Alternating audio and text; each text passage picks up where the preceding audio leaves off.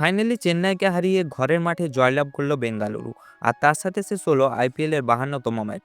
তো চলুন দেখে নিই পয়েন্ট টেবিলে কোন টিম কোন স্থানে রয়েছে। টেবিলের 1 নম্বর স্থানে রয়েছে রয়্যাল চ্যালেঞ্জার বেঙ্গালোর। তারা মোট ম্যাচ খেলেছে 11টি, তার মধ্যে তারা জিতেছে 8টি এবং হেরেছে 3টি। তাদের পয়েন্ট 16 এবং রান রেট 0.482। টেবিলের দ্বিতীয় স্থানে রয়েছে মুম্বাই ইন্ডিয়ান্স। তারা মোট ম্যাচ খেলেছে 11টি, তার মধ্যে তারা জিতেছে 7টি এবং হেরেছে 4টি। তাদের পয়েন্ট 14 এবং রান রেট 1.274।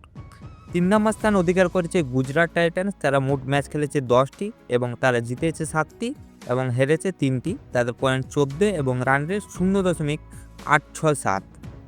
টেবিলে 4 নম্বর স্থানে রয়েছে পাঞ্জাব কিংস। তারা মোট ম্যাচ খেলেছে 10টি, তার মধ্যে তারা জিতেছে 6টি এবং 3টি হেরেছে এবং একটি ম্যাচ তাদের ড্র হয়েছে। তাদের পয়েন্ট 13 এবং রান রেট 0.199। টেবিলে 5 নম্বর স্থান অধিকার করেছে দিল্লি ক্যাপিটালস। তারা মোট ম্যাচ খেলেছে 10টি, তার মধ্যে তারা জিতেছে 6টি এবং হেরেছে 4টি। তাদের পয়েন্ট 12 এবং রান রেট 0.362।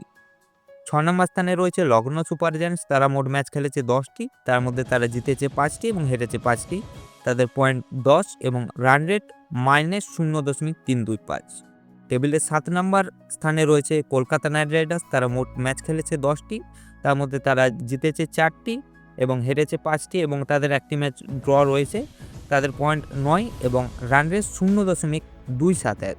টেবিলের 8 নম্বর স্থানে রয়েছে রাজস্থান রয়্যালস। তারা মোট ম্যাচ খেলেছে 11টি, যার মধ্যে তারা জিতেছে 3টি এবং হেরেছে 8টি। তাদের পয়েন্ট 6 এবং রান রেট -0.780। টেবিলের 9 নম্বর স্থানে রয়েছে সানরাইজার হায়দ্রাবাদ। তারা মোট ম্যাচ খেলেছে 10টি, তার মধ্যে তারা জিতেছে 3টি এবং হেরেছে 7টি। তাদের পয়েন্ট 6 এবং রান রেট -1.192। একদম লাস্টে রয়েছে টেবিলের চেন্নাই সুপার কিংস।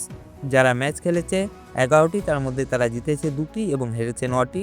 তাদের পয়েন্ট 4 এবং রান রেট -1.117।